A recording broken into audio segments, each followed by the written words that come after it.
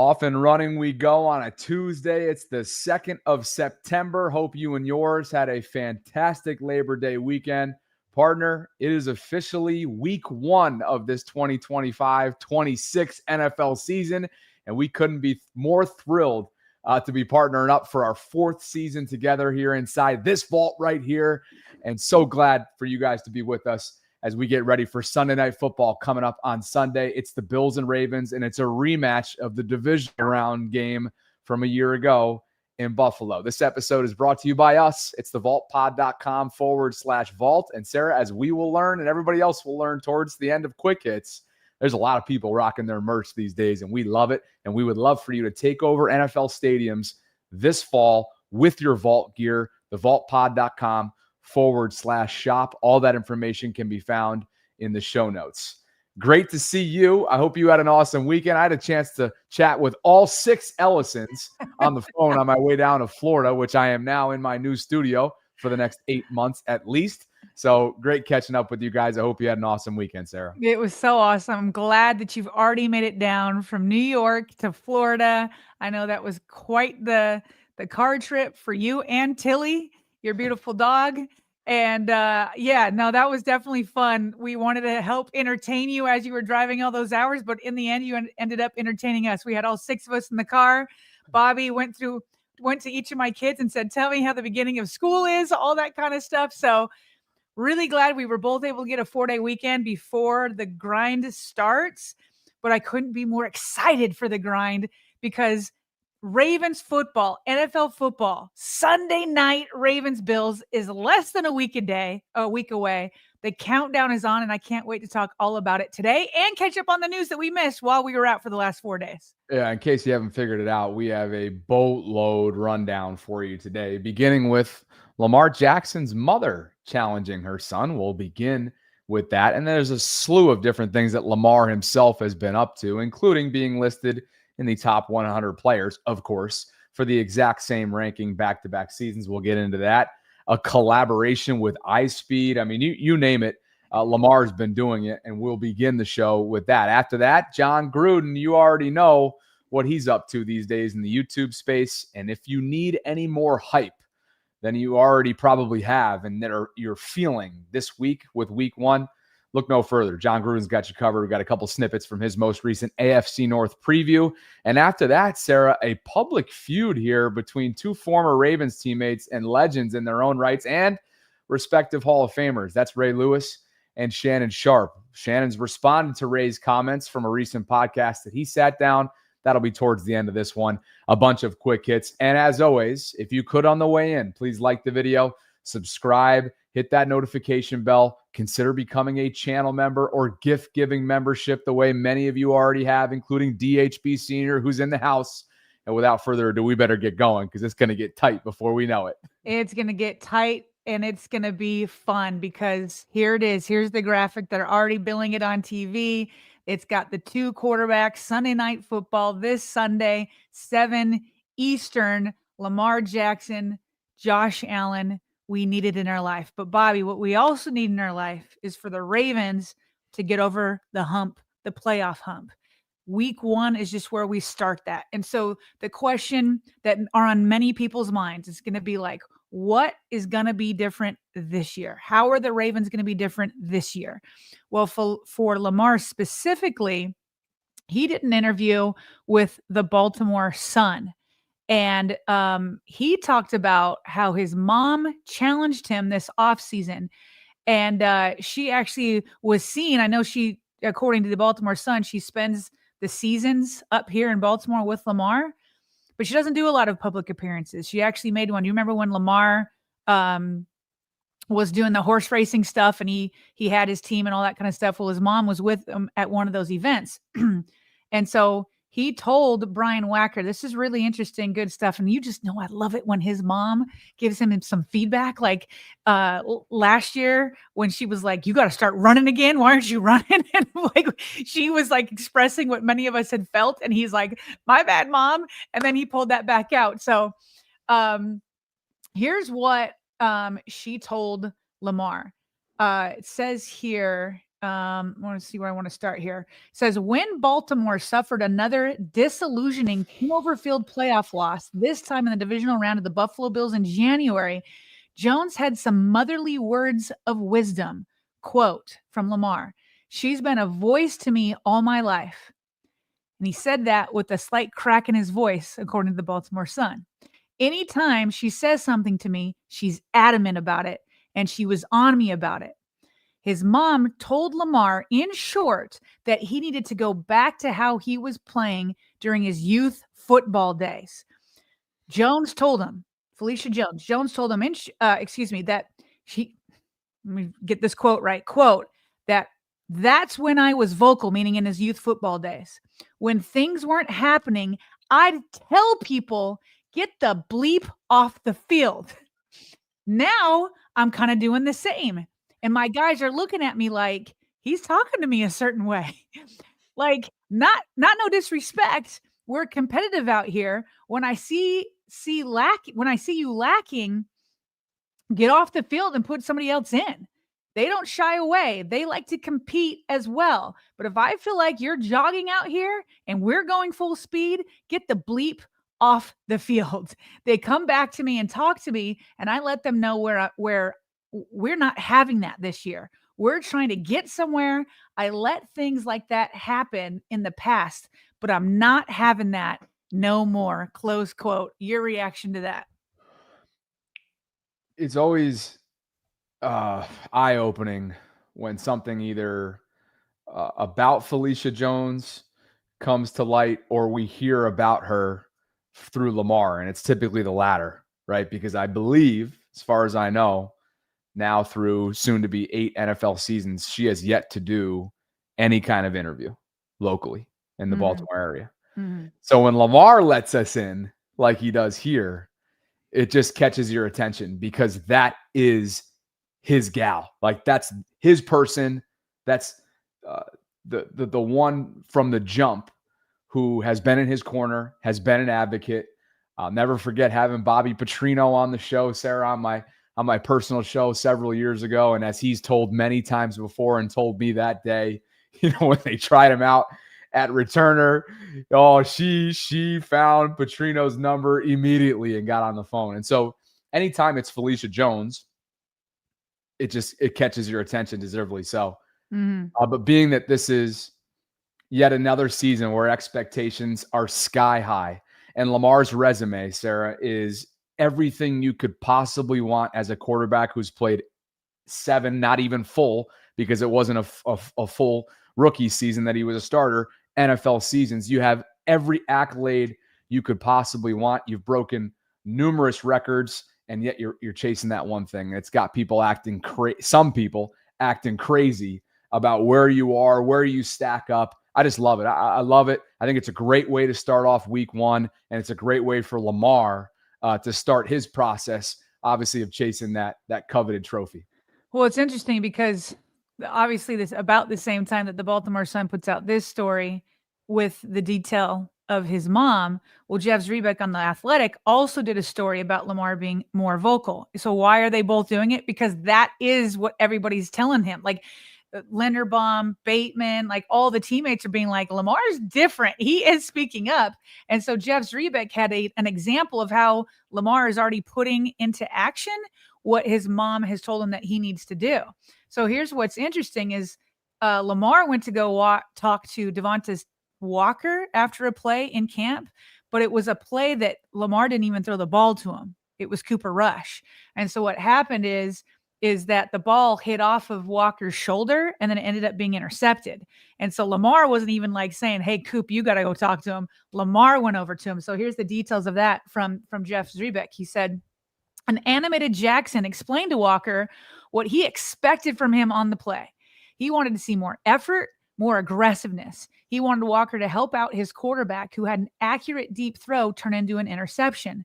The one-sided conversation included Jackson putting his arm around Walker and offering encouragement. It probably didn't go on for much longer than 2 minutes. That was more than enough time for Jackson to get his point across.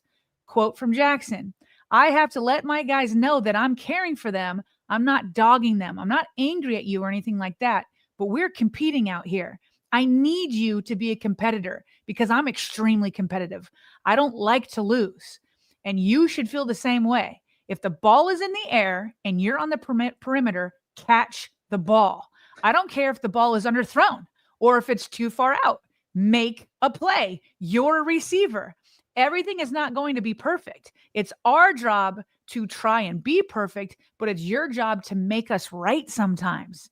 That's what teammates are for.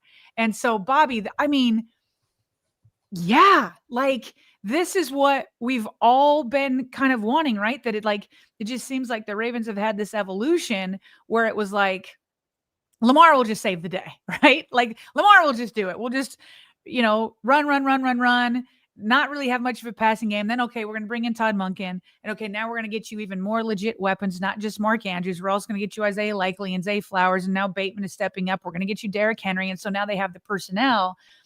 And so now it's like, and now it's to the point where, Eric DeCosta has done his job and the coaches can get on players, but it hits different if Lamar is getting on players. It hits different if he's the one holding them accountable. I've heard how many players, how many Super Bowl winners, including Rod Woodson, we just talked about it earlier. They were like, yeah, but it's players who need to coach once that game hits. It's the players who can kind of take it to another level. And the Ravens have had that with Ray Lewis and Ed Reed and all that in the past. And so like Lamar Jackson, by being the quarterback alone, makes him the leader. So for him to be out here saying, man, I'm going to have to tell you to get the bleep off my field, or, I still love you, but you better bring it. Like, you better be aggressive with the ball. Like, I'm not always going to be perfect. The Ravens can't always rely on Lamar to bail everybody out. Sometimes he does. In fact, he does a lot. He bails out the team a lot. But every once in a while, his teammates need to bail him out because he's not going to be perfect. And so that's a great conversation as an example of him doing what his mother challenged him to do. And I hope we see it more on Sundays because that's obviously when it's going to be most important. Doesn't it kind of seem like he's embarking on like it's always going to be the Lamar era in Baltimore. You hopefully he finishes his career with the Ravens, but doesn't it kind of feel like this next evolution of Lamar? Yeah. Like the word came out at the same time. Like it's the evolution of Lamar. It's somebody that naturally is a very different leader than the Rays, the Eds, the Marshalls, others that are the Roquans, right? Not that Marshall was all that vocal when it comes to the media and whatnot, but of course, Ray and Roquan, let's just say that just to stick with two defensive members that have come through here over the years, like very different. But now you're seeing this almost uptick in his realization, not to put words in his mouth, but perhaps he's realizing just how much more he can give from a vocal standpoint. And if that's the case, he's already given him a lot over the last 7 years. And if there's more he can actually give, whether it be on the field, off the field, between the lines, like this conversation with his mother, look out. Yeah. It's 1% better, right? We keep asking ourselves, how the heck is Lamar going to get better? It's making his teammates better. You know what I mean? Because like Lamar's almost maxed out. Maybe he's not maxed out. Maybe it's just going to keep getting better and better. But the other thing is what we've seen from other great quarterbacks, and that's just like holding other guys accountable for sure. Don't you think he maxed out in the second half last year against Buffalo? Could have used a little bit of help well. from his Yeah. Now, first half, obviously, he's got ones that he wants back, as many of his teammates do. And he talked about that in one of those articles. He's like, look, obviously, it was like a movie. He's like, I couldn't stop it. He was like, obviously, the first interception, he's like, we just weren't on the same page. Yeah. Like, we're on the same page. He's like, and the second one, he's like, I grabbed the ball, and he's like, and it just slips out. He's just like, he still can't believe it happened. You know what I mean? Yep. And so, it lives in our minds as like this nightmare, and I'm sure it's even worse for him. Yeah. Yeah. But overall, main takeaway here before we talk about where he ranks in this year's top 100 players, according to the players, which is the most important part of this whole thing, right? Is it feels as if there's a new phase of Lamar that's been unlocked in recent months. And I think that's going to be a lot of fun to watch unfold here in the next several weeks. Absolutely. And that does bring us to finally the top 100 players of 2025. We finally got out all the way up to number 1. Lamar Jackson, as you said at the top of the show, came in at number 2. And the only player to be ahead of him was Eagles running back Saquon Barkley. Now, if I'm not mistaken, this is done after the playoffs. They put in these votes after the playoffs, whereas the MVP is just regular season. And so when I saw that he was number 2 and I saw Saquon Barkley was number 1, I kind of had 2 simultaneous reactions, Bobby. The first one was like, come on, Lamar should have been number 1. And I know Saquon had a phenomenal year, and I think he really did put the Eagles over the top. Like, he was the missing piece that kind of helped put them over the top.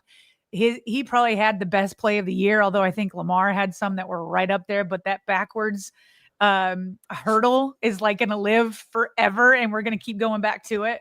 And so, like, while I was like, Lamar should have been number 1, and I actually, when I watched the video, if you watch the video that the NFL put out, like, there's like an opening monologue of like 60 seconds of player after player after player after player saying that he's number 1. And so I'm like, okay, well, this feels like he should be number 1. But then when you watch Saquon's, a bunch of players kept saying he should be number 1. And so maybe Saquon just edged him out. And I will say this number 2 ranking at least feels better than last year, where he finished behind Tyreek Hill.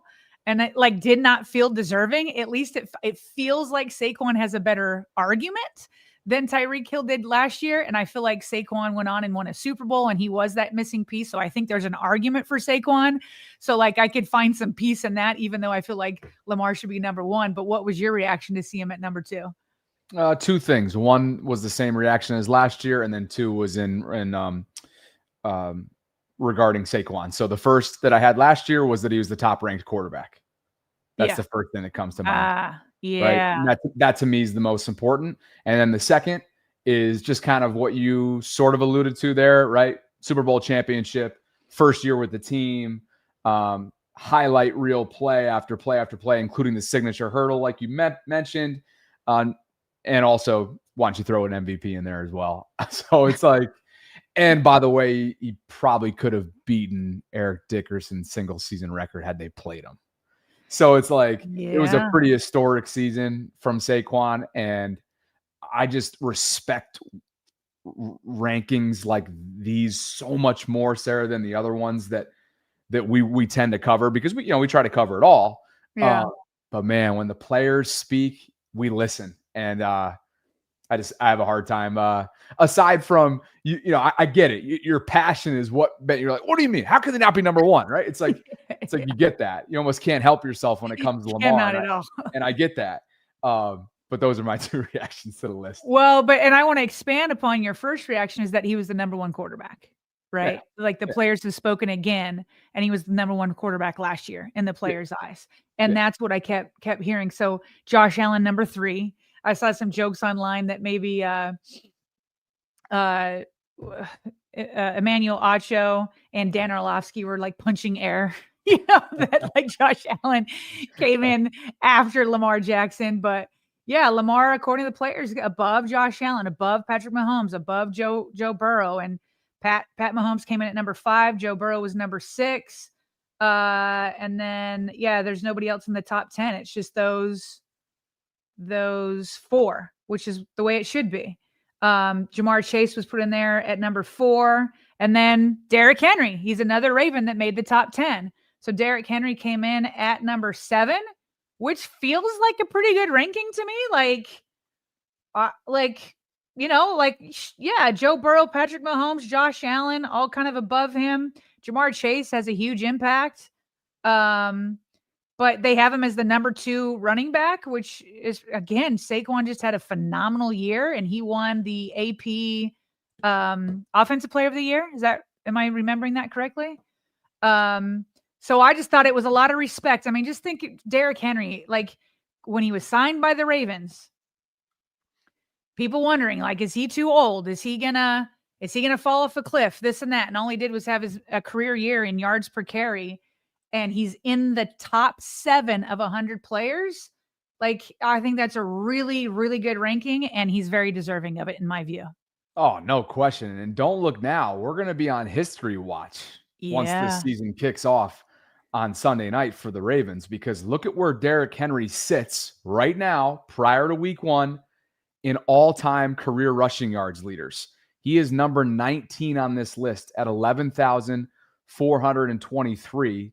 Tony Dorsett is at 12,739, and that is top 10.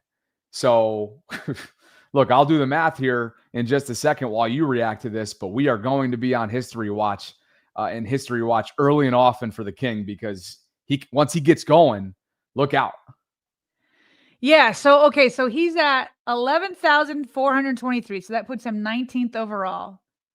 Like, what if we were to give a realistic kind of on the lower end number of rushing yards he gets this year?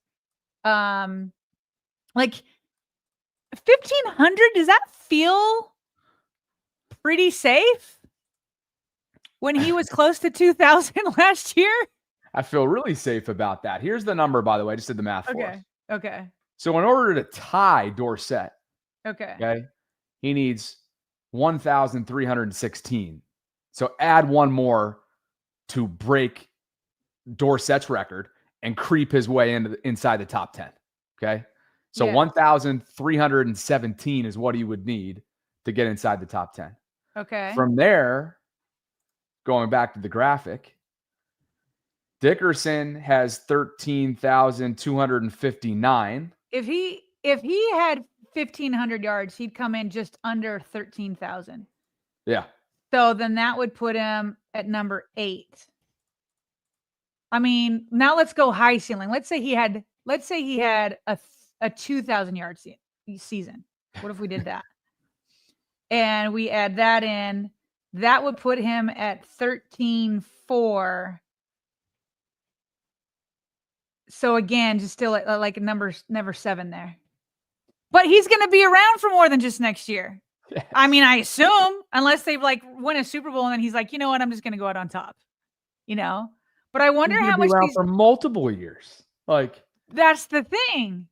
Like, would he want to come back and try to look at me already giving the Ravens a Super Bowl? Like, if they were to win, would he want to go out on top, or would he try to repeat? Is like, I guess my question. Like, I wonder how much this list matters to him, I guess is what, you know what I mean? Like, if they were somehow able to get a ring this year, and then would he be like, no, I want to come back to try to catch some of these records, like get into the top 5? I mean, with these kinds of numbers coming off his first year with Baltimore, he'll turn 32 in January. Could have easily hit 2,000 based on usage last year.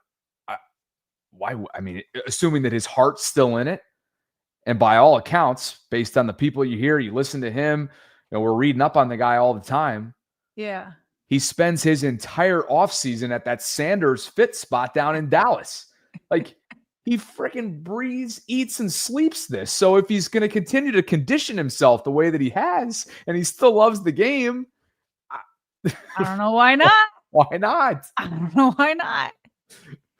Because he still can be, I mean, he's still, especially towards the end of the season, is like bell cow area. Like, we haven't even gotten totally into like, I mean, I think they do it in the beginning of the year, manages his carries a little bit, but like it changed pretty quickly, So yeah, but I think for sure he'll be in the top 10. He'll be in the top 10 by the end of this year. And then we'll take it from there and see where his mind's at. Man. Meanwhile, one last thing, Lamar Jackson related. Oh, by the way, let me just finish out. There were 4 Ravens that made the top 10 this year, or the top 100, excuse me. So obviously Lamar number 2, Derek number 7, Roquan Smith was 40, and then Kyle Hamilton was 51. I'm seeing some snubs, maybe a little Marlon Humphrey snub, Tyler Linderbaum. I mean, it's tougher for centers to make it, but I think that Marlon definitely, it's kind of crazy he didn't make it. And I feel like Kyle should be higher than 51. I'm guessing, Kyle should definitely be higher than 51, being that he's the highest paid safety. So the NFL views him as, the Ravens certainly do, but he's viewed as the top safety in the league, monetarily speaking. And I think a lot of us would say physically as well, and based on what he does on tape. And then Marlon, maybe it's just like, what have you done for me? Not just lately, but like multiple years lately, because remember, he needed to bounce back last year from 23 being banged up, struggling in coverage at times. And he did, and he bounced back in a big way. But now this is a player that's sort of like, I don't want to call it on the back 9 of his career, but he certainly probably isn't going to get another bite at that, another significant bite, let's call it, at that apple, assuming that he wants to stay in Baltimore, because we know they have a slew of corners that are going to be coming up chasing after that kind of money that was once divvied out to him, Sarah. as a former first-round pick. So, look, Mike's saying that it's based on 2024 play. I get that in the live chat, Mike. I'm just saying guys might be like, look, but he was a first-team All-Pro in 2024. Right. But guys might be like, listen, they might just be. I'm not saying it's right, but they might be looking back at 23 and being like, yeah, let's see him do it again. But yes, he should have been inside the top 100. I'm just speaking out. Just trying to like think of reasons why maybe he didn't make it. Yeah. So one last thing, I know this happened a few days ago, but we were off air when this all came in. Obviously, Lamar Jackson and had a little link up with iShowSpeed on the pretty, let's say, a little bit more popular YouTube page than we have, Bobby, just slightly. And I was looking into it. iShowSpeed, they were going all through South Florida, and so he actually met up with Tom Brady and several other athletes over that day or weekend. And so Lamar kind of popped in, and many of you have probably already seen it. We'll just revisit a little bit since we haven't on the show yet, but here's what that looked like when they met each other on the field. Oh, yo. Lamar Jackson, baby, what's up? Oh, yeah. Hey, you a GOAT right now, bro. Yeah. You my favorite NFL player right now.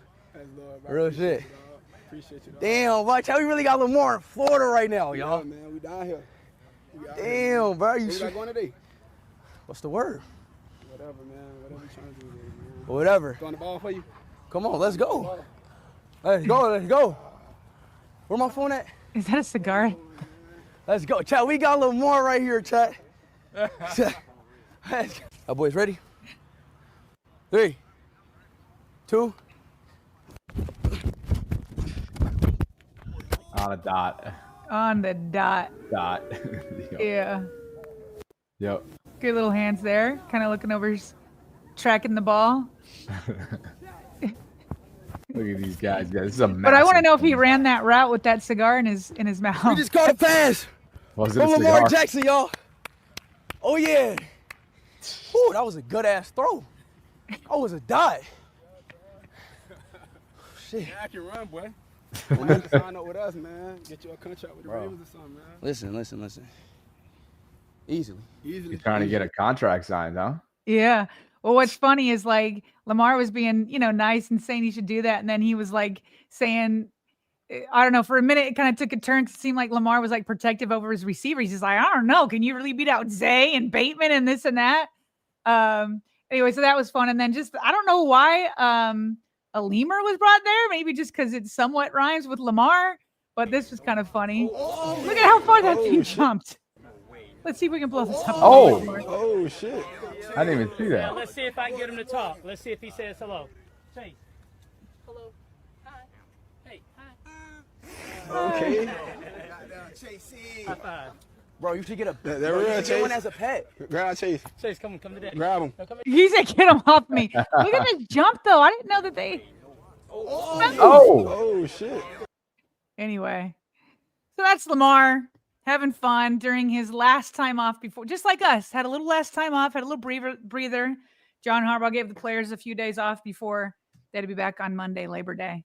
So Lamar spent part of that time on that live stream. That was a lot of fun to watch, though. A lot of fun to watch. I was gonna say, how many YouTube subscriptions does iShowSpeed have? Let's take a look. Just a few more than 43.5 million. Ooh. 43.5 million, and it looks like right now they got a live stream going. There's over 33,000 watching at the moment. So it's a big that's a big channel. That's great. Shall we get some super chats in? Let's do it. All right. We began with Douglas H. Brown Sr. all the way back prior to show start at 10:36 Eastern this morning. And Douglas, right? And remember, Douglas famously, Sarah, reached out to us. Yes. Offering his services on occupying my passenger seat on my trip down, which DHB Senior, honestly, I would have been totally open to that. I've been known to do some crazy things like get in a car for 19 hours with a guy I've never met. No, we feel like we know you. Yes. But Sarah, I just didn't have enough room. There was simply not enough room. It was packed to the brim. I'm sorry. But he writes, Bobby, hoping your trip was uneventful and so happy that you too are back and we are ready to go. Yes, we are, DHB Senior. Hopefully you had an awesome Labor Day weekend. He's also gifted 5 channel memberships. So 5 new subscribers have just become totally randomly Voltrons, thanks to DHB Senior. Appreciate you, Douglas. And Sarah, that brings us to Eric Hill. It's a $10 super chat with the yellow background. This one's for you. Here we go. Eric says, good morning/afternoon. I pray everyone's weekend was safe and prosperous. In case no one tells you today they love you, no, I do. Hashtag 6K for LJ. Hashtag Voltrons. Hashtag Suicide Awareness Month. Hashtag Stop the 22 per day. Appreciate you, Eric. And on top of that, he gifted 5 additional channel memberships to match Douglas's donation so far today. So 10 new Voltrons are beginning the football season as Voltrons, as channel members. Appreciate you guys. David Cool celebrating 3 months of channel membership with, of course, his wonderful daughter, Octavia. And he writes, it's a great day, accepting all positive vibes. Octavia's first day of kindergarten, and my son Daxon will be born in a few hours. Voltron up. So looks like Daxon's going to be born here today, Sarah, and David is celebrating pre-celebrating his son's birth by watching the vault. That's a new one for us. That's awesome. Hey, sometimes there's like time to kill. Okay. Yeah. Like, especially like I know for me, when I got an epidural, I had 0 pain.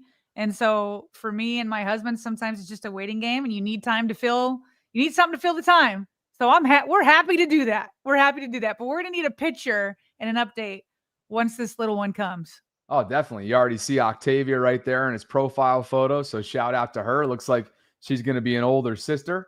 And David, make sure you send our best to the missus. I'm sure it's going to be a momentous day for the Cool family. So congratulations to you guys.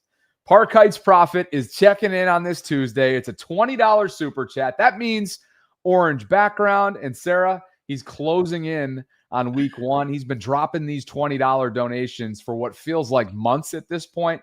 PHP in the building. Tickets in hand, poster ready. Buffalo is about to pay back what they owe me from January. Football is here. Week 1 incoming. Let me know if you need me to come on and hype up week 1. And thanks for the email, Bobby and Sarah. Hashtag 20-0. Hashtag no picks. I love it. PHP, appreciate you, man. And I will say what he's referencing here via email, Sarah, is Park Heights Prophet won last month on the Bobby Baltimore side of things, $100 Fanatics giveaway. And I'm pleased to, and we should have talked about this in our pre-show, but this week we will be giving away another one of those because Primary Residential Mortgage is our new sponsor. So that'll be coming up in the coming days. $100 Fanatics gift card, Sarah, is a little what do you call it? I mean, it's a little gravy on this football week. So there we go. I love it. Yeah. I did not know that. Yeah, I'm learning with the rest of chat. I will fill you in on everything we have coming up. At least you knew about PRMI themselves, but they threw in a little something to celebrate the start of this season. That's awesome. Oceans 08 says 2 touchdown wins incoming. Excuse me, 2 touchdowns, a 2-touchdown win incoming. Calling his or her shot here. People think this game is going to be close, but you look at Allen's stats versus the Ravens, he has nothing special. Plus, Lamar is primetime. The Ravens notoriously play extremely well in primetime, not only under John Harbaugh, Sarah, but under Lamar as well, and at home. Obviously, they're going to be in Buffalo this time around, but when you take a look at the full body of work, they are dominant under the lights. DHB Senior is back.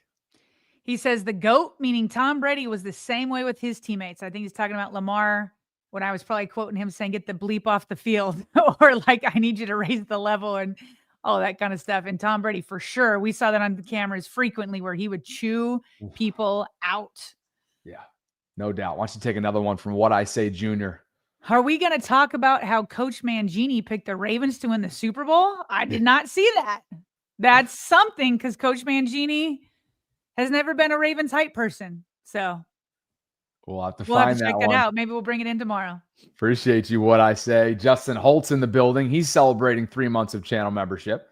And he writes, let's go. Sunday night is right around the corner. Defense gets 3 turnovers.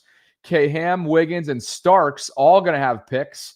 Mike Green gets his first sack. It's a double-digit W. Justin and many of you are calling your shot here in the early going of this week. Dream says 2,200 for 22. Talk about calling a shot for rushing yards this upcoming season. And Sarah Godking's in the building. Lamar stepping up leadership makes my eyes tear up. And PHP is back. And don't forget, he writes, Mike Green, 2 to 3 sacks. Huge super chat to follow. I will super chat ahead of the stream when he gets the second sack. Sarah, all of a sudden, I really want Mike Green to have a couple sacks. Yeah. PHP. I already wanted that, but sure, this is right? like extra, like icing on the cake. You are the man, Park Heights Prophet. Thanks, brother. And Eric Hill, Sarah, once more, I'll take this one. Oh, yeah, hashtag 20-0. He forgot his favorite hashtag. And that brings us to another topic of football. Boy, we got a packed house today on this Tuesday. I keep wanting to say Monday, but it's not. Hope you guys had a fantastic Labor Day weekend. As you can see, I am in my new studio here in St. Petersburg, Florida. Tilly is comfortably listening to us or sleeping right now on the couch opposite side this room. And Sarah, I'm really excited about everything that we have coming up this football season. Over 2,000 concurrents at the moment. Please like the video, subscribe, hit that notification bell, consider becoming a channel member or gift-giving membership. It really helps us go inside this channel. Anything else from you before we get to this John Gruden content? Nope, let's go. Let's go, John Gruden. Lead the way, please. All right, perfect. So former NFL head coach John Gruden, Sarah, has just burst onto the media scene in the last year or two now. And Barstool Gruden is his Twitter follow. He's a great Twitter follow. But over the weekend on his YouTube page, he released an AFC North preview. And Sarah, what I'm looking at 15 hours, as you know, because I spoke with you and your family for 15 minutes of those 15 hours that I was in the car. You had a lot of content you could listen to. Correct. So on Saturday, I had just a lot of time to kill. And I kid you not, I went through 2+ hours of John Gruden on the AFC North. I feel like I could answer any question about this entire division, and I'm fired up about it. Somehow even got me fired up about the Cleveland Browns. Not about their chances in 2025, but you just listen to the guy. He breeds he breeds excellence. His football acumen is fantastic.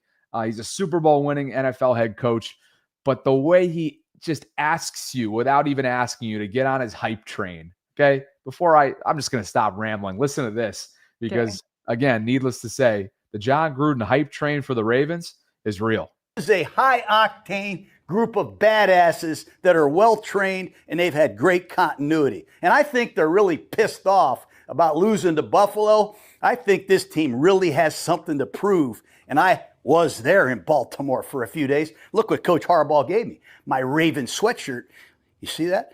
They even personalized JG on there. I feel like a Raven. God, I wish I was a Raven. Okay, so Coach Gruden, Sarah, at the whiteboard, kind of getting fired up, mentioned that they're pissed off. He did spend some time with them, as you saw, and as we covered back earlier this summer. I remember he sat down with the guys on the lounge. Looks like Harbaugh and company customized the sweatshirt and gifted it to him. But this is a guy that obviously is known for some of his antics, for some of his hype broadcasting career on Monday Night Football and everything else for ESPN. But most of all, this is a guy that's got a feel for what we've felt this entire offseason, whether you want to call it revenge, whether you want to call it a comeback, whatever it is, it all starts this upcoming weekend in Buffalo. It's week by week. That's what the players are going to tell you. But a little inside perspective there from a former coach about the demeanor of where these guys are at. Granted, that visit was earlier on in the summer, but I think we know they're going to be ready to go come Sunday night. Heck yes, they're ticked off. I don't even think he needed to visit Baltimore to know that, but I'm sure it's one thing to just know it, just kind of not being there, because why wouldn't it be? But it's another thing to be there and kind of feel it. Yeah, the Ravens are ticked off. They're ticked off at themselves, but they're going to hopefully take it out on the Bills. Go into their house and let them know that this year, the 2025 season, 2026 postseason, it's not going to be the same. It's not going to be the same. We're going to need, as I said it last week, told my husband, he thought they were going to lose the Bills. I said, not only are they going to beat the Bills, but they're going to win convincingly because they have all this pent-up anger. They have all this pent-up frustration. They have all this pent-up. We've been listening to this and watching the replays over and over and over again. We didn't live up. Like, yes, they're ticked off. Yes, they're ticked off, and they're going to go to Buffalo ticked off.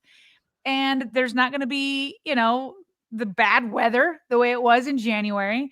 And I hope they take it out on every single one of them, from Sean McDermott to Josh Allen to everybody else in between. They better take it out on every single one of them. I'm so ready for it. Coach Gruden's got you ready. There we go. You need Coach Gruden, but it's just a little extra boost for you there. Well, guess what? He went through all 3 phases, as he's literally doing for all 32 NFL teams. And again, this was the AFC North preview. Highly recommend it, especially to kind of like better know your opponents, if you will. This is like that's one of the main reasons why we bring on our guests, right? And now this week commences that. We'll have a Buffalo guest on coming up later this week. I know you're going to return him the favor and go on the Buffalo side of things later today. Got that at 1:45 today. Yep. Perfect. So that keeps us in line. But there's something about familiarizing yourself with the opponent. And Gruden has familiarized himself with the Ravens. And so while I could go through snippets that I have from all 3 phases, I thought the best one, Sarah, was about the aforementioned 31-year-old Derrick Henry, because we all heard the noise after Tennessee let him go. And we heard the noise at times throughout last year until he really put all that noise to bed with a 1,900+ rushing yard season with a ridiculous amount per carry and breaking tackles and you name it. Yards after contact, the guy was sensational in Lamar's backfield. And he had one John Gruden, Sarah, fired up about what's still to come. Back is obviously Derrick Henry, the beast. Last year he got let go by the Titans.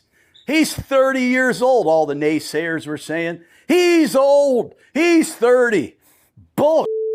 This guy goes to Baltimore and 1,921 yards. He's the first running back in NFL history to have 1,900 or more with multiple teams. He tied for the league lead with 16 rushing touchdowns. He averaged 5.9 yards a carry.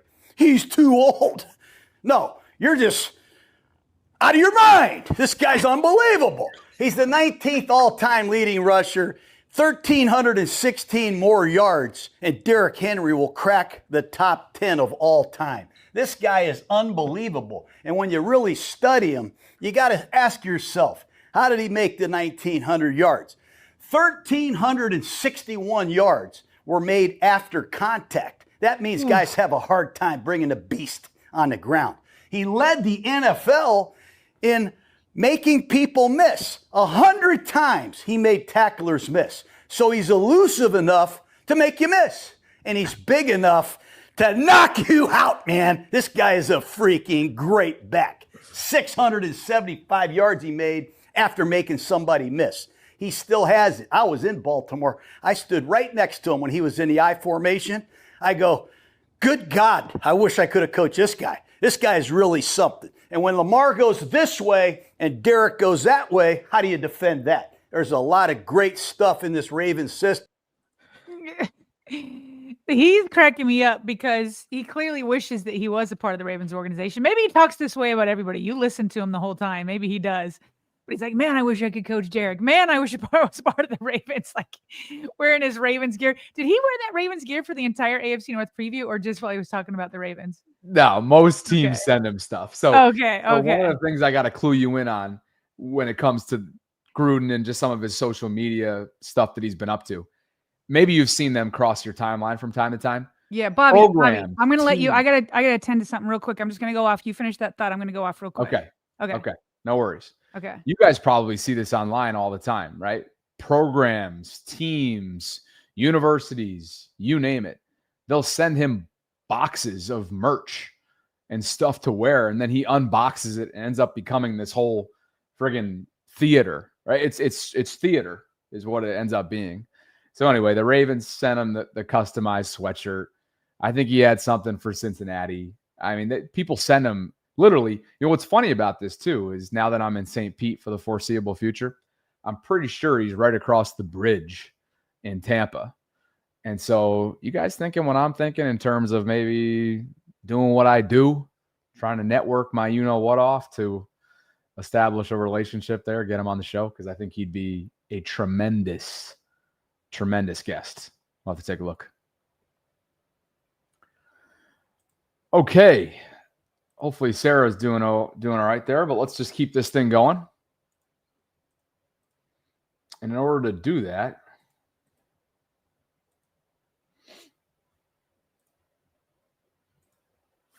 let's see here. Let's get caught up while we're here on Super Chats, which we are. So that'll give me a chance to kind of talk about the vaultpod.com/shop before we bring Sarah back in. And why don't we do this in order to do that?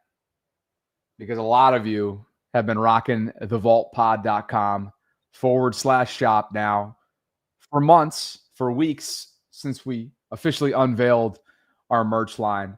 And I got to tell you, what I loved seeing over the weekend was multiple folks, a friend of mine, and then a subscriber of ours by the name of Heather. And shout out Heather. It was her birthday, Heather Manning, on the 29th, Sarah. And she was kind enough to send in a photo of her and her new Vault merch. It's a t-shirt. It's a purple one. And how about Evan over here with the snapback hat, trying to hide his left bicep? I mean, take a look at that sucker that's popping right out of his t-shirt. So well done. You two look great. Thank you for the support. All that and more is what can be found right now at thevaultpod.com. And Sarah, while we're at it, before we get back to the content, I think this is absolutely hilarious.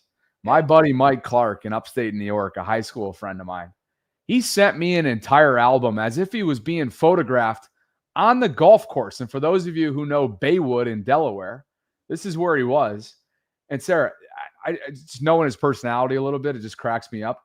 But look at the crouched face, like he's sitting down, not sitting down, but he's crouched, overlooking his putt. It's the classic giving himself a read. Golf pose. Oh yeah, yeah. It's literally a whole collage of photos that he sent. But the reason why he sent them is because he's rocking his, as you see here, one of the snapbacks. So anyway, thanks to Mike, thanks to Heather, and thanks to all of you for continuing to support the merch line and really the show, right? Because when you rock the Vault anywhere you are, it goes a long way in terms of what we're building here. And just in case you haven't looked recently, we have t-shirts, hoodies. I have this white one. I just put it in my closet yesterday when I was unpacking. I know the tank tops are going to be of use to me, Sarah, down here because there is no fall, let's be honest. Yeah. You got crew necks, golf polos, hoodies, snapbacks, dad hats, koozies, bucket hats, coffee mugs, stickers, magnets, so on and so forth. We would love for you to support the show and get yourself a piece of merch between now and week 1 coming up on Sunday. Everything good with you over there, partner? Yeah, we're good. You're going to be wearing those tank tops in December, I feel like, out there in Florida. I may be exaggerating a little bit, but I know you'll be wearing it for a minute, maybe at least through Thanksgiving. But sorry I had to cut out there. I did want to ask you a question about Gruden and his whole AFC North. Did he do any predictions for the division? Or is he just kind of going through each team individually? He thinks the Ravens are going to win. He was just kind of like throwing that in there here and there with predictions. He thinks the Ravens are going to take the division. Okay. And he didn't go any further than that, like beyond, regular season or anything like that? Yeah. I mean, it's not like the most bold take that the Ravens are going to win the AFC North, right? For the 3rd time in a row. So, I mean, gosh, you know how it goes in the open road. I mean, maybe it was an oversight on me. He could have slipped it in there, but he definitely has the Ravens taking the division. And I believe, I'd have to check this, maybe Chad can help us out. A team has never won this division 3 consecutive seasons. Yeah. So that's what the Ravens have up for grabs. Let's make a little history here. Yep. Yeah. Here we go. We'll be a 3-time AFC North champion, at least back to back to back, and maybe become a 3-time Super Bowl organization. That would I'm be seeing threes, and maybe there'll be an MV3 in there. I mean, I just see threes everywhere. a nice play, right? Be a nice play. Hey, real quick before we move on to the next topic, because we are talking about the Ravens and a ticked off Ravens going into Buffalo, I just wanted to give injury updates. John Harbaugh was at the podium along with Ronnie Stanley and Nnamdi Madubuike. Lamar Jackson will be at the podium tomorrow, Wednesday. But so headed into this week on Monday, 3 players were missing that are on the 53-man roster. Pat Ricard, fullback who has not practiced since August 14th.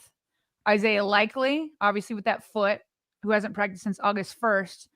And then Jair Alexander with that knee, who hasn't practiced since August 9th. So those were the 3. None of them are small names, right? They're not like the biggest. It's not Lamar Jackson, but they're not small names. We don't have an injury report yet. We'll get one on Wednesday. I'm at this point not feeling like these 3 are going to play. I just don't see how Isaiah is going to at all. Like, I just don't, like, I definitely am not seeing Isaiah. Maybe there's a chance for Pat.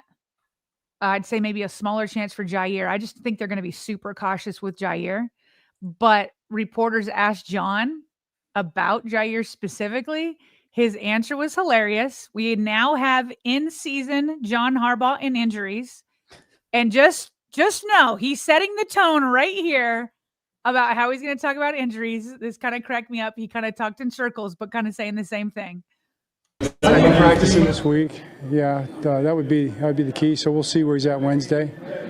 He did some things today, so that's kind of how it works. But in terms of just injury updates, probably not going to get much out of me, at this point, unless it's an obvious one, unless we know what's going to, if a guy's going to play or he's not going to play.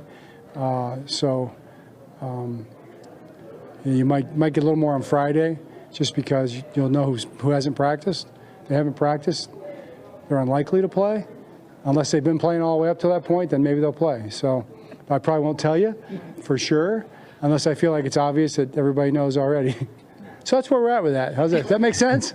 John, did you mention Jair did something out? Was he doing something out? He was working. No, he was working today on physical stuff. Yeah, he's moving. He's talking about Jair at the end there. So, yeah. So you're probably not going to get a lot out of me. You'll get an injury report. If they haven't practiced, it's unlikely they play, unless he's just like, it's in season. It's in season. So there's going to be, and it's always funny to me though, Bobby, it's funny to me when people get upset that he won't be straight. Cause it's almost like being upset that Eric DeCosta won't tell you who the Ravens are going to draft heading into the draft. Like, he's not going to tell us unless there's something super obvious or long-term or whatnot. But we are now entering the season of trying to decipher what he's trying to do. And I'm just saying right now, I mean, Pat Ricard maybe, but I'm not feeling good about Alexander or Likely for week 1.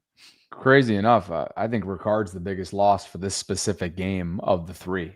Jair, I was never banking on to begin with. Isaiah has been a long shot from the jump since the fracture. You go back to that week 4, somewhere around there. It was a Sunday night game against Buffalo, against these Bills last year at home. I mean, they bulldozed them. And Ricard is such a part of that. Right. That's his game. That's his thing. Go look at the play where Derek took it to the house on the first play from the Ravens. Yeah, like Pat does so many things that will never show up in a stat sheet, and that's something that John Gruden was raving about. He calls him his ultimate Gruden grinder.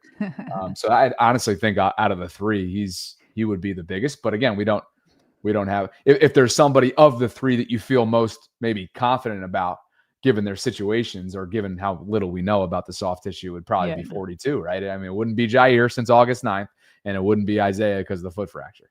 Well, and to your point, another thing that's like not comfortable about missing Ricard over the other 2 is like with Isaiah down, you prefer him, but you still have Mark Andrews and Charlie Kolar.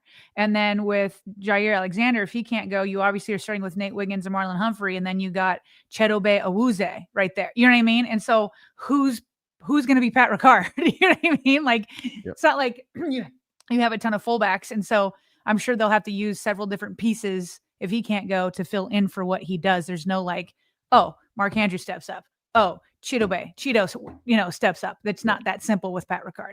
Yeah. In other words, so some multiple tight end sets. I would think Todd Monken's going to be dialing up to get some heavy packages out there to get that dirty work Charlie Kohler in as much as possible. If Pat is indeed going to be down, and that's when we know they're at their best in those types of packages. So right. We'll see. Appreciate you guys for being with us on this Tuesday. If you could on the way in, please like the video, subscribe to the channel if you haven't already done so. Hit that notification bell. Consider becoming a channel member or gift-giving membership by pressing the feature join, depending on what platform you're watching us on today. Sarah, I think the best way to start this next conversation is talk about the man himself first and foremost, and that is number 52, who was seen looking, as usual, slick under the primetime lights over the weekend. His Miami Hurricanes, Sarah, were hosting the Notre Dame Fighting Irish, and Miami ends up prevailing 27-24 in a fantastic game. I actually watched a lot of this with my cousin. We were just kind of chilling, and Carson Beck, of course, played some good football after his time at Georgia came to an end and everything that he's dealt with from a football perspective in the last year or so. But the reason why I mention this is, well, one, it's an opportunity to go show off Ray's outfit, right? When he's out and about, he always steps out looking clean. But, Sarah, he has been pretty outspoken about his, I guess, former friend and teammate, Shannon Sharpe.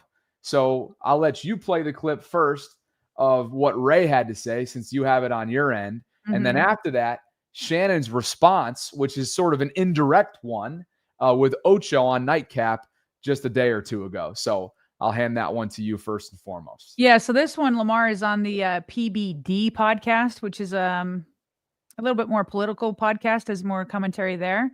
But he was asked about Shannon Sharpe, and I think this is the first time, at least I was let in on the fact that there might be, I don't know, a rift in their relationship, right? Because we just always remember them from those Super Bowl years and Hard Knocks and all that, and they've just been great friends for so many years. And they seem to, I don't know, maybe some sort of fracture or something like that going on. But this is Ray talking about Shannon. Sharpe, did you think he was one day going to be a good TV guy personality? Yeah. So you knew he was made for TV? Yeah. And would he say he's going to do it? Yes, he had already started prepping. How much before he retired did he tell him? Been started. Oh, so he's known he's going to be doing that. Yeah. So you're not surprised by the success he's having with his podcast and TV and him and Skip and Stephen A., all that stuff? No, I'm not surprised. I'm shocked at his content. I wouldn't, in a million years, the things that Shannon has said now or did now, I would never believe that Shannon would say or do any of these things. Like what? Simply, I take drinking. Shannon, in my entire career, I've never saw Shannon with a drink. Ever. Like it was against the law, right? Because he had some stuff in his family that he didn't want to follow that. And then so I kind of started to watch him, and then we kind of went our own separate ways because I'm like, you're going to take that route. I can't go that route. Never can go that route. And that route is to become so worldly that you become popular because you're talking about ignorance, right? A lot of times, a lot of these gossip conversations that they're having and bringing up all this stuff, I'm not going to do that to nobody. I'm not in the business for that. I'm in life to try to teach people what does it mean to be a better man or get back to the kingdom, And a lot of times, a lot of the guys get in trouble with these podcasts and things, man, because everybody wants the follower. Everybody wants to be popular. Everybody wants to make money. But that's a tight rope into what you call influence and popularity. Right? The devil has the ability to make you popular. God has the ability to give you influence that when people see you, they see an image of him. And that's the thing for me that started to switch with not just Shannon, but just a couple of people. I'm like, wow. You would switch out like that? Really? And I would never, ever. Why? Because of the respect that I have for my mother, my daughters, my granddaughters, life, period. And I think men, given these new platforms, we've overrode what the platform is actually for. The platform is supposed to help somebody find a new direction. We don't help. Everybody just gets on. Like, everybody's talking now. Everybody got a podcast. Everybody's is the new marriage coach. Everybody's the new relationship coach. And ain't nobody coaching themselves. Because if you were coaching yourself, when it says power of life and death is found in the tongue, then go back and check out a couple of your episodes and ask yourself, do you give life or do you give death? And that's why, me personally, I kind of do my own thing, stay in my own lane. Yeah, Bishop, Bobby, did you think? I don't know why that started again. There's like a few different ways, like I kind of looked at this clip when I first listened to it. And first is like he was talking about, everybody has a podcast these days, he's trying to like walk a tightrope. Like he talked about between like getting followers and actually having influence and stuff. So what I first did was like, well, I'm a podcaster, right? You and I have a podcast. We have a YouTube channel. And so I'm just like purely looking at his message and I'm like, yeah, like I like the way Ray's speaking because I like to remind myself of that. Like who do I want to be as a podcaster, right? Like who do you as Bobby, who do you want to be as a podcaster? And like, are you always staying true to yourself and not leaving behind who you feel like you are in order to chase either, followers or subscribers or, any number of things. So like I first was like trying to listen to him as he was talking to me, because I took it as like, wait, I'm a podcaster. Am I just like blabbing? And sometimes my own kids call me a yapper sometimes, stuff like that. So there was that. So I liked his message as a podcaster myself. Now there's a second element that people just people don't like that he was on that podcast because it is a political podcast. And so it's hard to separate the message from the platform from which he spoke. And if you like any political podcast is going to tick off half the country because we're that split in the country. Right. And so like, it's hard to separate like that message from the platform from which he spoke. And so it's hard to like separate that. But then the third thing was remembering he is talking about Shannon, right? He wasn't talking to me, even though I try to like internalize it that way. And so it's interesting to me that he spoke publicly about it and kind of called out Shannon in his view. And a lot of people are correct when they're saying, wait, I'd like to speak to him privately first. My guess is, knowing that the relationship that they've probably had a ton of private conversations. That's why my impression is that the fact that he aired that publicly, my thought was, I bet they've talked about all sorts of things. It feels to me that there's been a falling out more than just in this moment. Like he just was like on the cuff saying, oh, I don't like his content, which makes me sad because they were such good friends. So my hope is that they're able to like reconcile, and, but a lot of times when you're that close and free to air something out publicly, it just feels like it might be more than just the content that he's talking about. There might be more. And I hate that for them because I know they had such a brotherhood. Yeah, regardless, you hate to see it playing out publicly like this. Yeah, yeah. It is. I mean, this has become a public feud in a sense, especially when it's back and forth. And now it's time for, again, the back and forth, which I alluded to earlier on, which is sort of the indirect way of addressing these comments made by Ray on Nightcap, which Shannon himself did recently. I got nothing bad to say. Because a lot of things when you tolerate it, I'm gonna go ahead and say my thing. Whatever transpired, I'll bite my tongue. I'll be the bigger person. I'll walk away. Hey, you right. Cause you know why, Ocho? It's low-hanging fruit. Yeah. You know how I know? Cause your boy, you looking at him, he low-hanging fruit. And there are a lot of people taking your shot at your boy. Come on now. Y'all can have it. Y'all got it. Y'all got me.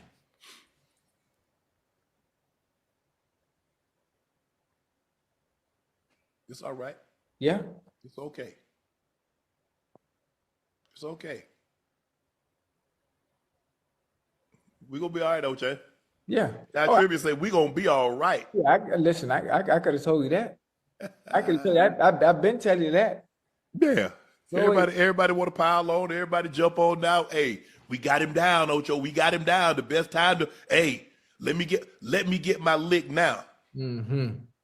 Everybody want to get a lick now because when your boy was doing good, you hear a lot of people that have a whole lot to say. Not everybody got something to say. Mm-hmm. So you see what I mean, Sarah? It's like it's not addressing it head on directly, but clearly with the timing of this, one can surmise that was in response to Ray. And so he chose to handle it differently, obviously, than Ray did, right? Ray was asked a direct question, and he gave probably a lot more than any of us would have expected. Yeah. As if it was as if it needed to be off his chest almost, right? Yeah. Mm-hmm. Whereas Shannon kind of took and I'm sure he said this in his mind, the high road. Did he actually say that in that clip? I can't remember if he said it or not, but he was suggesting that, look, I'm taking the high road. I'll just take it. Yeah. He said, I'll be the bigger person. There you have it. Yeah. And so again, it's just the point stands. It's a bummer that this is playing out the way it is publicly.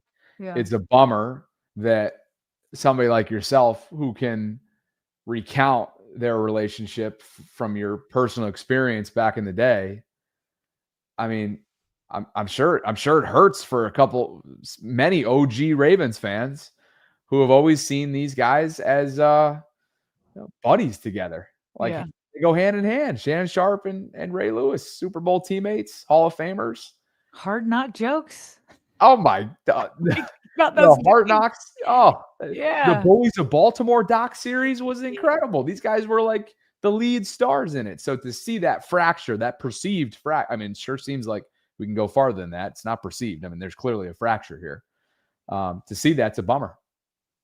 Yeah, it is. You know what I was also thinking when Shannon we're assuming was responding to Ray, Chad Ochocinco was obviously there. And even though Chad was a division rival on the Bengals, he and Ray had a great, maybe still do, have a great friendship. Like I can remember Chad talking about how grateful he was when like he was going through some hard times and Ray reached out. I mean, Ray was doing what he says his mission is, right? Which is to build men up, is to like, do all that. And that he wants to do that when he's on air. And so I just wondered how it felt for Chad, because Chad's kind of like this middleman where obviously he's got a great friendship and I assume a business partnership since they have this podcast and YouTube channel together. And so he's obviously got a lot of love for Shannon and has stood by him as Shannon's been let go from ESPN and with the settlement he had. And but I also know Chad's been close with Ray. So I bet we've all been in that situation where we've had two friends kind of have a falling out and we're like, no, let's all be friends again, guys. Like, let's fix it and whatnot. So tough stuff. And the other thing that I think that was the closest I've heard to Shannon say that he's even down a little bit. He's like, okay, I'm the low hanging fruit, so kick me while I'm down, kind of idea. And so obviously, he's done some things that has had him low, but now I guess he's kind of seeing it as like, you're kicking me while I'm down type thing. So I don't know. All I know is it almost feels like I shouldn't know all this. You know what I mean? It's like, this friendship that's been so close and for so many years, and you're just like, guys, just keep it between yourselves and, like try to figure it out. Cause like, I just don't even you don't even want to get involved because they've been so tight in the past. That's exactly it. It doesn't feel like we should be hearing any of this. It should have been a phone call. And maybe like there have been phone calls. Maybe there has been one, but either way, it's still now in the public. Yeah. Yeah. Yeah. Like you said earlier, maybe those phone calls have been had. Who knows? Maybe there have been in-person exchanges. Who knows? But clearly this is deep-seated stuff. And unfortunately, it's playing out through the public eye. So that about two former Ravens, not what we want to be covering, but what we felt like we had to, given a vicious news cycle in recent days on it. So that is that. Shall we get to our onslaught, I think is the right word, of quick hits? Yes. Okay. Let's begin with this one, a player that has a lot of name notoriety. That is Jabril Peppers. Patriots released him. He had $4.32 million guaranteed remaining on his contract for this upcoming season. He started 85 games. 26 of those have been with New England. Let me just pull this up on the big screen so I can actually read what it is that I'm seeing here. He's totaled over 500 tackles. He's got 7 picks, 6 forced fumbles, and 7 fumble recoveries throughout his NFL career. So a big name now available in Jabril Peppers. I saw some of that circulating through Ravens Twitter. Thought we'd just add it in as not fodder, but just our first quick hit. Yeah, when I would just say, I mean, obviously some people are like, hey, could he be, a Raven? I feel like the Ravens are pretty much set with Malachi Starks and Kyle Hamilton lead the way. And obviously people were feeling pretty good about Sanusi Kane. And now Ruben Lowry, kind of as the undrafted rookie. So, but to know he's there, if maybe there was another injury, who knows how long it'll take for him to be signed, but he is there now. And, but I think the Ravens are set for now. Agreed. And my, oh my, speaking of defensive players, Sarah, we decided to take the long weekend. And I got to tell you, when I was packing up the car and I saw this news drop, my heart sank for just a second because I hadn't seen the team yet that Micah Parsons was traded to before the weekend. Who are you thinking? Well, I was just like, there's not a chance. Is there? No. Well, maybe there was a chance. But anyway, Micah Parsons, Sarah, was traded to the Green Bay Packers, a future first ballot Hall of Famer based on what he's done in recent years.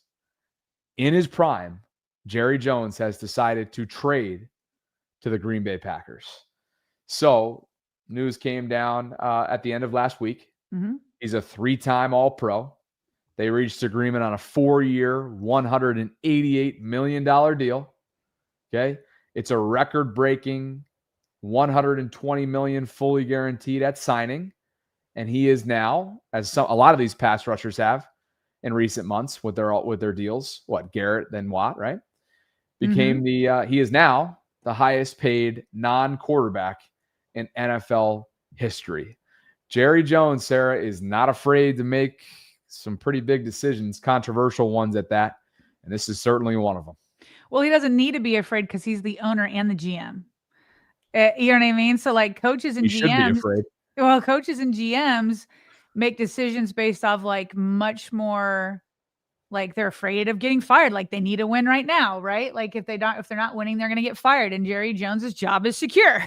You know what I mean? Even if this goes sideways. So it's funny because I think or just me, I can't remember when you were out, but I remember addressing this because a lot of people were hoping he'd come to Baltimore. And we were saying like, there's no way it's going to happen. I was like, first of all, Jerry Jones has to trade him, which I was incredulous would happen because he still had him under control for a while. But then it was like, Eric DeCosta's not going to give up the assets that's needed to trade him, right? Like it just wasn't, I just didn't think. And then they have some up and comers that they believe in for much cheaper, like Mike Green. So I will say him going to the Green Bay Packers, it's not like the best scenario ever that he got traded there. But the fact that it's not the AFC, I think is a win. And so I know that the Ravens obviously play Green Bay this year, but I mean, in terms of playoffs, the Ravens aren't going to see him unless the Green Bay Packers make the Super Bowl, which is always possible. But I was happy to see that he's staying in the NFC. Big move made. You're right. He stays in the NFC. And another pass rusher that you just mentioned, who's getting ready for his rookie debut coming up on Sunday night in Buffalo, is Mike Green. And as he posted on his Instagram story, Sarah, he built his mother a house. I don't think he built it, but the house was built for her. It was purchased for her. And he had a screenshot of a caption up on here as well. And he wrote, from living in every part of the burg, from staying with people, from hotel to hotel, from Section 8, from years with no home, you always made a way to satisfy us. I told you many times since a kid, I'll buy you your own house. And here we are years later, standing on business, many more blessings to come. But defiantly, my biggest milestone, I'm proud to be your son. You deserve it. I love you, Mama. Mike Green to his mother, and a feel-good Friday was what it was last week for Mike Green and company. This is what's so cool. Like, it's always fun to see young players' dreams come true, to be in the NFL, to have like their first sack, to have like a first touchdown, or, you know, whatever it is, depending on your position. But it's also cool to see them being able to take care of their family, especially like parents, moms who have like sacrificed their whole lives to help them get to this point. So it must be so satisfying for both him and his mom for this moment. So happy for both of them. Oh yeah, for sure. And nothing like that rookie check, right? I'm sure he wanted a first round check that come with that signing bonus, but hey, second round's not terrible though. Second round is not terrible, and he's going to have an opportunity here to establish himself and get paid, and paid handsomely, if his career pans out the way that many of us think it might, based on what we've seen. And he's been out in the community as well, Sarah. I believe this came from his recent appearance at Jimmy's Seafood. Yeah, look at that crowd. A lot of people there. And Ramey, if you follow him on Twitter, he was there. He was tweeting different updates from Mike Green when he was talking to him. But he was talking at one point that the Ravens strength coaches told him that one of his ankles is skinnier than the other. So apparently he's been on an ankle program, and that might have something to do with the very famous photo where he's like almost at a 90-degree angle, his foot to his calf with his ankle in between. But maybe we should keep it skinny. I don't know. Look at that bend. Maybe that's a good thing. Good to know. I did not know that. And Ramey was all over it. So good stuff there about the rook. And speaking of rooks, couple made the preseason all-rookie team, according to CBS Sports. One of the undrafted, two of the three on this list are undrafted rookies. Of course, Keon Martin at corner. And then, of course, you had Jay Higgins at linebacker. And Mike Green finds himself on this list as well. So, again, Chris Trapasso writes for CBS Sports. 3 Ravens among 1, 2, 3, 4, 5, 6, 7, 8, 9. He's got 9 defensive players on this all-rookie team for the preseason. 3 of them wear purple and black, Sarah. And now you know why. You already knew why, but like it just reiterates why they made the team, why they forced the Ravens to say, you will take 3 undrafted rookies at the expense of other guys like Bo Braid, who probably would have made the team otherwise, or, you know, a couple other guys. And so it's good to see that CBS Sports noticed and put them on that defensive all-rookie team. Yep. Meanwhile, check out DeAndre Hopkins' mood. Looked like he was flying back to Baltimore when it was time to report for practice after Harbaugh gave them some days off. Look at him just on the plane. Not a care or trouble in the world. He's like, look, I've had my career. I'm a future Hall of Famer. I just get to go back and play with Lamar Jackson and the Super Bowl caliber team. Look at the smile, the satisfied smile on his face. And it's just like, at my age, I get to keep playing. I get to do it with this team. Like, it's almost like, I don't know. The only analogy I have is I knew when my 4th baby was coming, I knew it would be my last baby. And so I get to just soak up every single morsel of it. Like, it's not stressful. Like when you have like the toddler moments, or you have diapers to change, or they're crying in the middle of the night. You're just like, this is the last time I get this. This is it. And I get to cuddle with them and this, and you just soak it up. This is how I feel like DeAndre Hopkins is. Like, he knows if this is not the last, it's certainly one of the last. And he's like, I don't know, no matter what happens, I'm just going to soak up every single minute and enjoy it. I love that mood right there. Well, congrats to him too, because he's got a lot more to soak up, Sarah. This season, he will be inducted into the Clemson's, the Clemson Athletic and Sports Hall of Fame. So yeah, he is really kind of a living legend at this point in his NFL tenure. Meanwhile, sorry, can you back up one more thing? Because I just wanted to point out, I put two points on one slide. The Ravens training camp voted the 3rd best training camp in the NFL league wide. So I can't see because Newsweek. Okay. Newsweek Fans Choice Award. Who the heck is Newsweek? Yeah. You don't know Newsweek? I mean, obviously traditional media is dying, but Newsweek has been a big national paper. Newsweek, an American weekly news magazine based in New York, founded as a weekly print magazine in 1933. Okay, but what kind of content does it produce? Just across the board? Let's see. Newsweek provides in-depth analysis, news, and opinion about international issues, technology, business, culture, and politics. Sports, obviously. But I remember when I was sports. Well, when I was in charge of getting the clips for the entire building when I was a PR intern, Newsweek was one they always wanted to put it in the clips. Make sure you get Newsweek in the clips. So. Yeah. Yep. Elsewhere, Jair Alexander went back to the Ville, for those of you who follow us in the Louisville faithful.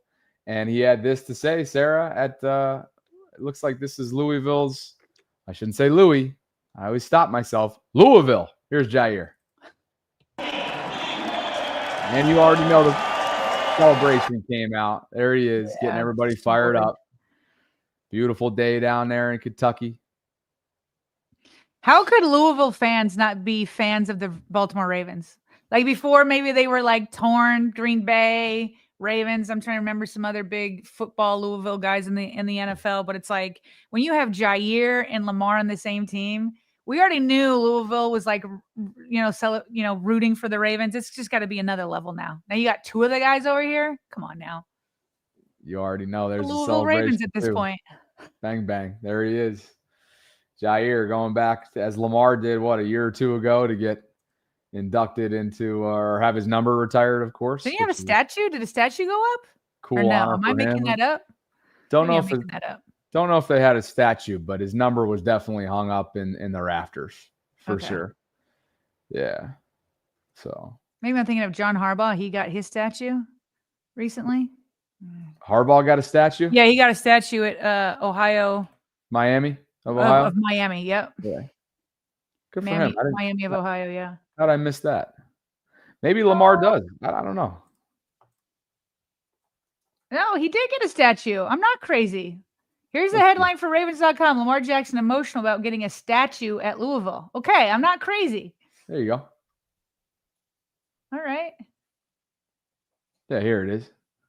Statue will be placed at the main entrance of the stadium right next to the Baltimore Colts. And yeah, he's next to Johnny Unitas over there because he went to Louisville also. Oh, heck yeah. Yeah. I remember the number was retired, but not the. And let me just make sure let me make sure I'm remembering that correctly. Let's see. Because I'm pretty sure there was emotional video of he and his mother as that thing was unveiled up at the top of the stadium. So let's see. Yeah, he got a jersey retirement also. All Okay, right. so we both remembered correctly. Yeah. They'll retire anything he does, right? I mean, come on. Why not? It's Lamar at Louisville. Anyway, speaking of college football, it was a big one for Lee Corso. He has been on game day for a long time, and this was his final closeout show. And it was the most watched episode ever in the history of college game day. Wow. 5.1 million viewers, final quarter hour, which is towards the end there. And I just thought it was cool, Sarah, because he used to be a former coach himself. Mm-hmm. All 5 teams that he used to work with, 6 teams, 1, 2, 3, 4, 5, 6, all won on what was his final show day, which I thought was kind of cool, including Maryland, including Florida State. Big win for Florida State, Sarah, over Alabama, which he correctly predicted, by the way. Navy. Marlon Humphrey must be punching air. Yes, of course, his ghostwriter, whoever the heck's tweeting and posting on Instagram for him, immediately tweeted that's the last loss they'll have of the season. Just straight up. Week 1, that's the last loss they'll see all year long. But anyway, Florida State, Maryland, Navy, Louisville, Indiana, and Northern Illinois. Lee Corso. It was just fantastic tribute to him, Sarah. He's I think a lot of people felt like, okay, maybe this should have been a couple years ago. You know, he suffered a stroke several years back, but this guy's a total staple and ambassador for college football, and I thoroughly enjoyed watching him be celebrated as he should have been, because he's almost a larger than life personality, you know, with the not the game helmets, but the team, the spirit. You know what the helmets that he would throw on for the mascots. What the heck is that called? Not a helmet, not a hat, not a mask. Is it Is it a mask? I don't know. Is there like a specific name for what they put on? Yeah, there's a specific name to it. Chat's going to help me out here at some point here. But headgear. Thank you, Will. Oh, it's just headgear? Headgear. Okay. Yeah. So Okay. anyway, Lee Corso, congrats on an unbelievable career. The guy's 90 plus years old and still out there making picks. And hopefully he lives a long time so he can actually enjoy retirement. Not that he hasn't enjoyed retirement as it is already. But I enjoyed that from over the weekend, sir. Yeah, good for him. Nice to have that honor. Such a storied career. And you just always hope that by the time you're 90, you've made some sort of impact too, whether it's something that, an entire country will recognize or something within your family or whatever. You just hope to have left a positive impact for sure. A positive impact on the community was what the Bill Belichick hire did initially for North Carolina, Sarah. But then the Tar Heels got embarrassed at their home opener last night to TCU. And embarrassed were they ever. 48-14. TCU comes in and smacks Bill Belichick and UNC around in what was his debut at the college ranks. North Carolina really struggled to put up points, really struggled to move the ball. They had a great scripted opening drive, Sarah, to put up 7. The place was rocking. Michael Jordan in the house, Lawrence Taylor, Randy Moss. And of course, you know who else was there? Jordan Hudson, his 24-year-old girlfriend. You know, this got a ton of run online. And the only reason why I threw this graphic in here on the right-hand side, Sarah, is it came up in my timeline. Do you know what this graphic represents right here on the right-hand side? Their silhouette. It is not a sexual silhouette, I might add. Okay. I know I could tell your mind might have been going there. All right. Tell me. I don't even just tell me. I just needed to clear that up. You were looking at me like, why is he bringing this in? So just wanted to be clear on that. But it was just this. Okay. Oh, yeah. Okay. Of this on the beach. All right. And by the way, ESPN cut to the booth, and there they are in a suite. Randy and Jordan standing next to each other. This has become a saga. It will continue to be, Sarah, if they lose, right? It's like, it's one thing if they win. It's one thing if they win. But what were they getting all the traction about all off season long? It was, why is Jordan on the field? Why is Jordan overly involved? Why does it feel like she's like an assistant to Bill? And then finally, they like took away her privileges for access and whatnot. And it was a big thing. All that would have went away had they won and win. We'll see if they win after getting smacked by TCU in front of a primetime audience last night, Sarah. I have no comments on this quick hit. You did a good job with it. Lisa Mason and Lauren Wunderlich, we appreciate you for being our sponsors through Patreon, our supporters, being a part of the Patreon community from the jump like you both have. So thank you, Lisa. Thank you, Lauren. Happy football season to both of you. And if you guys are interested in becoming a patron of ours, you can visit patreon.com/RavensVault podcast. All of that information, including gift giving, channel membership, sign up, all that. The merch line can be found in the show notes below. And as you've seen streaming on the bottom line, the entire show, we'd love for you to follow us on social media. Now that it is football season, Sarah will be tweeting a lot more than she does in the off season. Not that you don't in the off season. And I will probably be tweeting more than I do in the off season. You can find Sarah at SG Ellison, and you can find me at Bobby Baltimore. Partner, you are up against the clock, so we got to jump. We got through the content anyway. That's not why we have to jump. Yep. Anything else before we shut down today? No, nothing here. I'm just, again, just reiterate what I said up top. It was nice to have a good 4-day weekend and excited for this football season. Should be good, Bobby. I mean, I cannot wait to see what unfolds this season. And this was like the first day to get started for it. The first day of content in the regular season. So I'm amped, and I'm amped to go on this Buffalo Bills podcast in about 4 minutes. And then they'll return the favor, and they'll be on our show on Friday. So it'll be nice to get their perspective as we head into that game. Perfect. And we do have a few more super chats. So if you'd like to go. Yeah, I better go to some on time over there. Yep, because Mike actually just emailed us 3 minutes ago and says we're signed in a little early. Let me know if you have any issues. So you go do that. Okay. It's Mike Catalana. So we're looking forward to having Mike on from 13 Wham TV, Buffalo Plus. So tell Mike, look forward to meeting him later on this week, and I will rip up the super chats and make sure we're all we're all up to speed here. Appreciate it. See you and the Voltrons tomorrow at noon. Appreciate you. All right, Sarah. Thanks. See ya. Thank you guys for being with us today as well, including DHB Senior, who got things started all the way back at 10 a.m. And now here he is still hanging on. He says, did you notice that I was able to change my photo to my snapback cap? I'm now noticing that, and I now absolutely love it. So great snapback wearing there. A lot of people are enjoying that one. That might be our best seller. I have to talk to Carly about that, but it might be our best seller there, the Vault snapback. So thanks to DHB Senior for the continued support. Trennan, what's up, Trennan? Trennan Russell says we have the number 1 ranked best stadium, number 1 best QB in the league, maybe second in top 100, but he is the number 1 quarterback that was picked in the top 100 overall. You're correct about that. Appreciate you, Trennan, for being here. Let's see. This is Tank Bromansky, I believe. General Cornrow Kohler with a touchdown against the Bills. Or Sea King. It's the Sea King, right?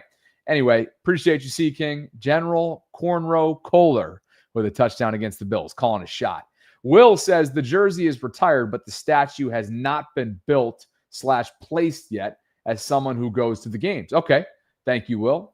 Appreciate that. So statue to come. Jersey retired, hanging in the rafters. There you have it. The Louisville perspective. Thanks, Will. ADL21 says, I don't know if anyone said, but top 100 voting is done after week 18. So you guys who ball out on losing teams don't get forgotten, a.k.a. Burrow and Chase. Lamar is QB1. ADL21 checking in. Thank you, sir. Park Heights Profit. What unfolds is hashtag 20-0, answering the hypothetical that Sarah presented in terms of what's coming up. In terms of what I have coming up, the Bobby Baltimore channel will be dropping a live show within the next hour or two. And then at 8 o'clock Eastern, Cole Jackson, Jeff Zaribek, and myself, yet another episode of The Collective. If you haven't already done so, we would love for you to subscribe. It is the Ravens Collective on YouTube, and you guys can easily join the program by searching it on YouTube, Ravens Collective. So yeah, you guys probably have noticed a new backdrop for me. For those of you who are just tuning in, I am in the St. Pete, Florida area, St. Petersburg, that is, for the foreseeable future. I will be traveling back for select games, select events to the Baltimore area, and I'm looking forward to doing some travel remote work and continuing to build what it is that Sarah and I have been building for now 4 years. This will be our 4th season as a partnership. So thank you for your continued support. Please like the video if you haven't already done so. Subscribe to the channel. Hit that notification bell. Consider becoming a channel member or gift-giving membership by pressing that join feature. And if you go to the vaultpod.com/shop, you guys are funny in the live chat. You know that?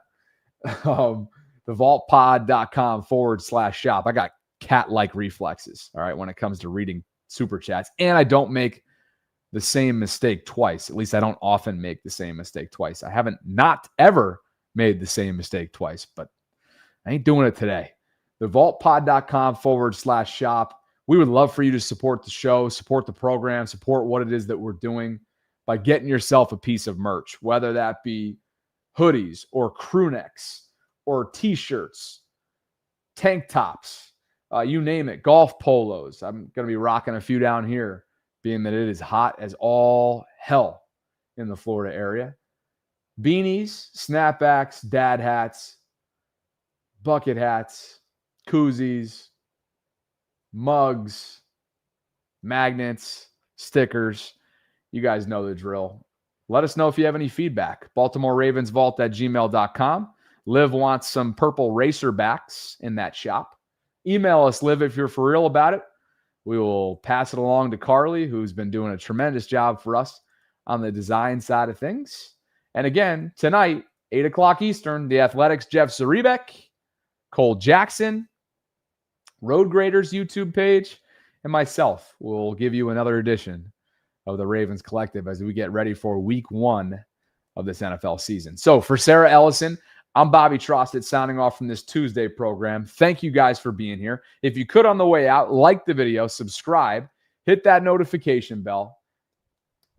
You guys know the drill. We appreciate you so much, and we'll catch up with you in well under 24 hours from right now for a Wednesday edition at 12 noon Eastern as Ravens Lunch Hour live streams roll on. I'll catch up with you guys then. Thank you.